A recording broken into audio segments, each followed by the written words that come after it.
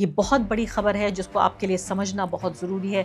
ये बहुत अहम खबर है। भारत के मुस्लिम मतदाता से उसका मत का अधिकार छीनने की कोशिश हो रही है। संयुक्त राष्ट्र में ये मुद्दा बहुत गंभीरता के साथ उठा है। यूनाइटेड नेशंस कितना खफा है और मोदी सरकार को सीधे तौर पर कटघरे में खड़ा करके ये सवाल पूछा जा रहा है। ज्ञानेश कुमार गुप्ता क्या कह रहे हैं? उन्होंने कहा है कि यूएन की चिंताओं को खारिज कर रहे हैं पहली बात तो, और एसआईआर पूरी तरीके से ट्रांसपेरेंट यानी कि पारदर्शी प्रक्रिया है और इसको सुप्रीम कोर्ट का वैलिडेशन है। पवन खेड़ा कह रहे हैं कि ज्ञानेश कुमार गुप्ता की बुद्धि और उनका शानदार जो कारनामा है, अब देखिए यूनाइटेड नेशन का भी वहां भी उसकी चर्चा हो रही है। नमस्कार, द वायर में आपका स्वागत है। मैं हूं आरफा खानम शेरवानी। भारत के मुस्लिम मतदाता से उसका मत का अधिकार छीनने की कोशिश हो रही है। ये बात मैं नहीं कह रही हूँ, कोई विपक्ष का नेता नहीं कह रहा है भारत में, बल्कि कह रहा है यूनाइटेड नेशंस। जी हाँ, संयुक्त राष्ट्र में ये मुद्दा बहुत गंभीरता के साथ उठा है और नरेंद्र मोदी की सरकार से ये सवाल मैंने नहीं, विपक्ष के नेता ने नहीं, बल्कि संयुक्त राष्ट्र ने पत्र लिखकर नरेंद्र मोदी से पूछा है कि क्या धांधली करने की कोशिश की जा रही है। बहुत गंभीर तरीके से ये मुद्दा यूनाइटेड नेशंस में उठा है। मैं सिलसिलेवार तरीके से आपको बताऊंगी कि कितना गंभीर ये मामला है। पूरी दुनिया में इस पर चर्चा हो रही है कि भारत में एसआईआर के through election commission of India का ये पूरा प्रोसेस, इसकी प्रक्रिया को इस्तेमाल करके भारत के मुसलमानों और कमज़ोर तबके के लोगों से उनके वोट के अधिकार को छीनने की कोशिश की जा रही है। संयुक्त राष्ट्र के 3 स्पेशल जो अधिकारी हैं, उन्होंने सरकार को, भारत में मोदी सरकार को पत्र लिखकर इलेक्शन कमीशन ऑफ इंडिया का जो स्पेशल रिवीजन, इंटेंसिव रिवीजन जिसको एसआईआर हम कहा करते हैं, उस प्रक्रिया पर गंभीर चिंता जाहिर की है। और आप ये सोचिए कि इतनी अहम खबर कब आई, कब चली गई, अखबार के कॉलम में भी छापने की हिम्मत नहीं हुई। आज का जो दरबारी मीडिया है उसने पूरे तरीके से इतनी अहम खबर को ब्लैकआउट किया और इसीलिए द वायर पर ये खबर आप देख रहे हैं, जिसमें भारत के मुस्लिम मतदाता को बाकायदा अंडरलाइन करते हुए, हाईलाइट करते हुए ये चिंता यूनाइटेड नेशंस में गूंजी है। यूएन के विशेषज्ञों ने आरोपों का हवाला दिया है और ये कहा है कि एसआईआर के दौरान लाखों जो मतदाता हैं, लाखों भारत के वोटर्स हैं, उनके नाम हटाए गए हैं। इसमें उन्होंने खासकर कहा, कोई बिना शब्द चबाए हुए उसमें कहा कि भारत के अल्पसंख्यक और खासकर जो भारत के मुसलमान हैं, उनके ऊपर इसका ज़्यादा प्रभाव पड़ने की आशंका है। अब जो आशंका शब्द का मैं इस्तेमाल कर रही हूँ, अंदेशा शब्द का इस्तेमाल कर रही हूँ, यूनाइटेड नेशंस की इसी तरह की भाषा होती है। जाहिर है वो कोई गाली गलौज की भाषा में तो इस्तेमाल नहीं कर सकते, उसमें बात नहीं कर सकते, लेकिन आप जान रहे हैं कि जब इतना सख्त शब्दों का इस्तेमाल किया जा रहा है तो यूनाइटेड नेशंस कितना खफा है और मोदी सरकार को सीधे तौर पर कटघरे में खड़ा करके ये सवाल पूछा जा रहा है। ये चिंता जो मेरे जैसे पत्रकारों को, विपक्ष के नेताओं को, पश्चिम बंगाल चुनाव के बाद खासकर देश में जिस तरह का माहौल पैदा हुआ है, जहां आज हर आम भारतीय मतदाता ये सोच रहा है कि अब सिर्फ वोट करने से, चुनाव से सत्ता परिवर्तन असंभव है, क्योंकि सरकार ने पूरे सिस्टम को जो है वो जिस तरह से मैनिपुलेट करने की पूरी कोशिश कर ली है, उससे बहुत कम संभावना है और उसके निशाने पर, और उसका जो पहला विक्टिम है वो है भारत का मुस्लिम वोटर। रिपोर्ट में क्या खास बात कही गई है, ध्यान रखिए, ऐसा नहीं है कि उनके कोई खाम ख्याली थी, उनको रात को सपना आया यूनाइटेड नेशंस के जो अधिकारी थे उनको, बल्कि सीधे तौर पर उन्होंने इस बात की तरफ इंगित किया है और उसको अंडरलाइन किया है। उन्होंने कहा कि एआई आधारित जो अस्पष्ट यानी ओपेक जो प्रणाली है, जो प्रोसीजर है, उसका इस्तेमाल किया गया है, जिससे बेहद चिंता है यूनाइटेड नेशंस को। उन्होंने कहा है कि अगर आर्टिफिशियल इंटेलिजेंस का इस्तेमाल हुआ भी तो उसमें ट्रांसपेरेंसी होनी चाहिए थी, यानी पारदर्शिता होनी चाहिए थी और जवाबदेही का पूरा उन्होंने बात कही। और साथ साथ उन्होंने ये कहा है कि इस सब को पूरे तरीके से अभाव दिख रहा है, यानी आप किस तरह से एआई का, आर्टिफिशियल इंटेलिजेंस का आप इस्तेमाल किस तरह से कर रहे हैं, आपने क्या प्रक्रिया अपनाई, आपने क्या साइंस थी इसके पीछे, मैथमेटिक्स क्या थी, क्या प्रक्रिया आपने अपनाई, किस तरह से आपने ये तय किया कि आप 90 लाख लोगों को इस प्रोसेस से बाहर कर देंगे। 91 लाख लोगों को पूरे प्रोसेस से बाहर रखा गया। 20 लाख से ज़्यादा ऐसे लोग थे जो बाकायदा ट्राइब्यूनल में पहुंचे, जिन्होंने सुनवाई के लिए आवेदन किया कि मुझसे मेरा वोट छीना जा रहा है, मैं इन डॉक्यूमेंट्स के आधार पर यह साबित करना चाहता हूं कि मैं भारत का नागरिक हूं, मैं वोटर हूं और मुझे वोट देने का अधिकार दिया जाए। और सबसे ज़्यादा हैरानी की बात यह है कि जिन लोगों के केस सुन पाया ये ट्राइब्यूनल, उनमें से बेशतर 90% से ज़्यादा लोग क्लियर हो गए। यानी कि इन 91 लाख लोगों को अगर मौका मिलता तो ये लोग वोट दे पाते, और इन लोगों के बिना पश्चिम बंगाल का पूरा चुनाव हो गया और किसी के कान पर, यानी सरकार के कान पर जूं नहीं रेंगती। तो मुझे लगता है ये बहुत बड़ी खबर है जिसको आपके लिए समझना बहुत ज़रूरी है। ये बहुत अहम खबर है जिसको समझिए आप।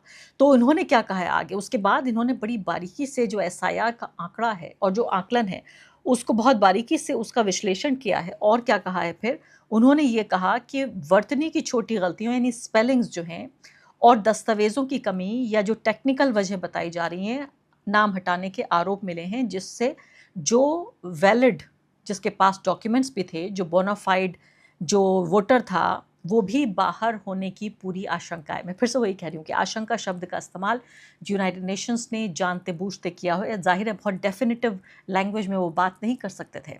दूसरी बात देखिए, UN ने यह भी कहा कि मतदाताओं को दस्तावेज जमा करने और आपत्ति दर्ज कराने के लिए पूरा वक्त नहीं मिला, और जिन लोगों को वक्त मिला भी, जिन्होंने अपना अप्लाई भी किया, अपील भी किया, उनकी भी कोई सुनवाई नहीं हुई है, और इससे कई लोगों के मतदान का अधिकार प्रभावित हो सकता है। अब आप सुनिए, ये बात मैंने जैसे कहा कि कोई सपना नहीं आया था, खाम ख्याली में ये बात नहीं की गई।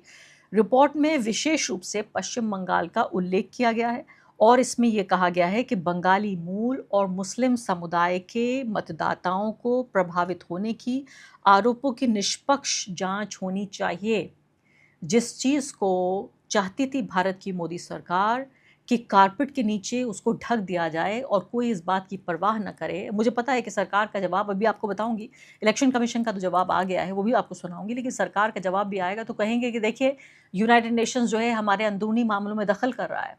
मुझे इससे बिल्कुल यही याद आता है कि जब किसी महिला के साथ घरेलू हिंसा होती है और पड़ोसी कुछ कहने की कोशिश करता है, तो यही कहते हैं परिवार के लोग कि हमारे, यानी हम अपनी बहू को दहेज के लिए प्रताड़ित करें या उसको सताएं या जलाकर मार दें, लेकिन बाहरी लोग इसमें कोई दखल ना दें। क्या आप इस बात से सहमत हैं? क्या अपने नागरिकों के साथ या इस मामले में परिवार के लोग अपनी बहू के साथ अगर बदसलूकी कर रहे हैं तो क्या ये तथाकथित रूप से आंतरिक या अंदरूनी मामला है? क्या इस तरह से आप इसको देखते हैं?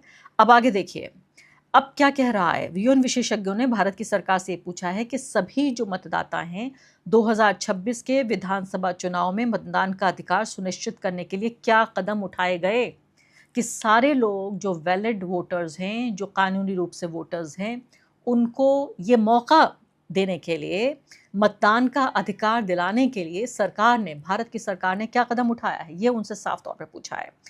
और आप ये देखिए अब क्या बात हो रही है, इस पर चुनाव आयोग का क्या बेहतरीन शानदार ज्ञानेश जी का हमारा जवाब आया है, हमारे प्रिय ज्ञानेश जी। उन्होंने कहा है कि UN की चिंताओं को खारिज कर रहे हैं पहली बात तो, और SIR पूरी तरीके से ट्रांसपेरेंट यानी कि पारदर्शी प्रक्रिया है, और इसको सुप्रीम कोर्ट का वैलिडेशन है, ये जो स्वीकृति है उसको सुप्रीम कोर्ट की मिली हुई है, इसलिए उसको अब किसी से डरने की, किसी की जवाबदेही की जरूरत नहीं है, पूरे तरीके से इसको खारिज कर दिया गया है।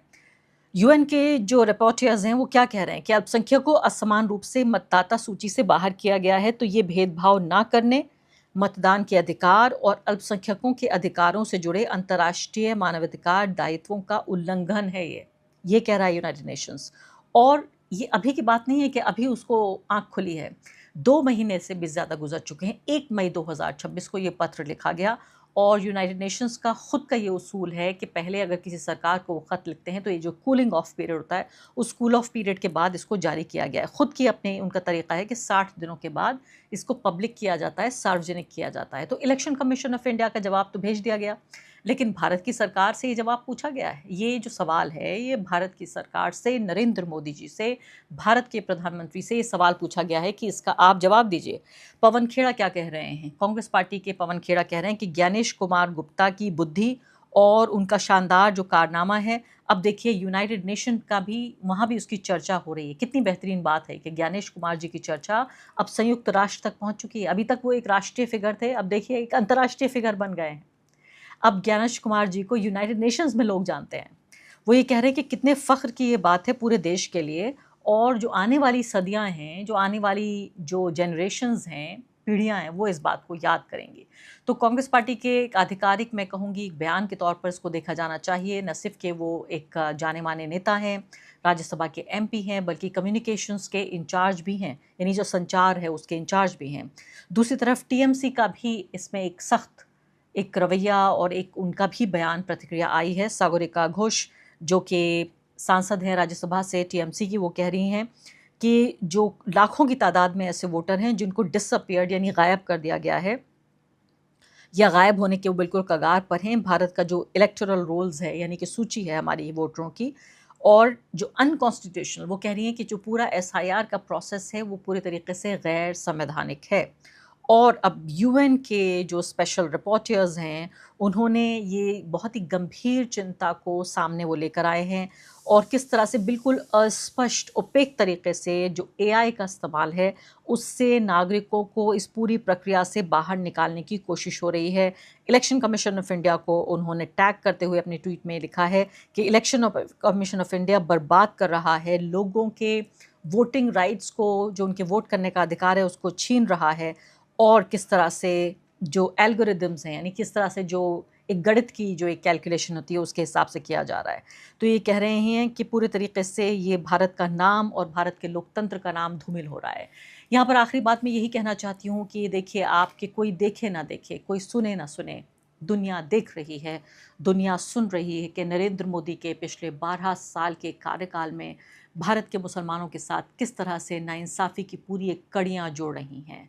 हर तरीके से उन्हें नौकरियों में, शिक्षा में, हर तरह के अधिकार से बाहर करके अब उनके साथ जो उनके वोट करने का अधिकार है, जी हाँ, सबसे बुनियादी अधिकार, उसको भी छीनने की कोशिश हो रही है। यहाँ तक कि सरकार ने आपको बताया कि पासपोर्ट तक को नागरिकता के एक डॉक्यूमेंट के तौर पर, सिटीजनशिप के एक डॉक्यूमेंट के तौर पर मानने से इनकार कर दिया है। तो एक भद्दा मजाक हो रहा है भारत के नागरिकों के साथ, भारत के गरीब नागरिकों के साथ, और सबसे ज़्यादा निशाने पर हैं भारत के मुसलमान। मैं उम्मीद करती हूँ कि यूनाइटेड नेशंस से निकली हुई ये आवाज़, ये यूनाइटेड नेशंस से निकली हुई ये चिंता नरेंद्र मोदी के कानों तक पहुँचेगी, और उम्मीद मैं करती हूँ जो भी जवाब दें, जो भी उनको ठीक लगे, चाहे ज्ञानेश कुमार जैसा जवाब ही दें, लेकिन जवाब ज़रूर देंगे और जवाब उनको देना चाहिए। द वायर के और वीडियोस देखने के लिए सब्सक्राइब करें और बेल आइकन पर क्लिक करें। स्वतंत्र पत्रकारिता की आर्थिक मदद करने के लिए डिस्क्रिप्शन में दिए गए लिंक पर जाएं और अपनी राशि चुनें।